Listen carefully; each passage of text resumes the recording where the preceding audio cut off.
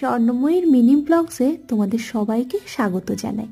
তো আজকে আমরা এসেছি খুশির স্কুলে, আনন্দমার্গ স্কুল, যেটা বনগাঁতে। সরস্বতী পুজো উপলক্ষে আমরা এসেছি স্কুলে, আর এখানে সমস্ত স্কুলের স্টুডেন্টরা বানিয়েছে বিভিন্ন ধরনের ক্রাফট আর ড্রয়িং, যেটা দেখতে খুব সুন্দর লাগছে। শোনাই, তুমি কোনটা করেছো? ভালো করে দেখো, ওখান দিয়ে দেখতে দেখতে আসো। কোনটা করেছো? আমি কোনটা করেছো? এইটা শোনাই করেছে, এই যে তৃষা পাঠক।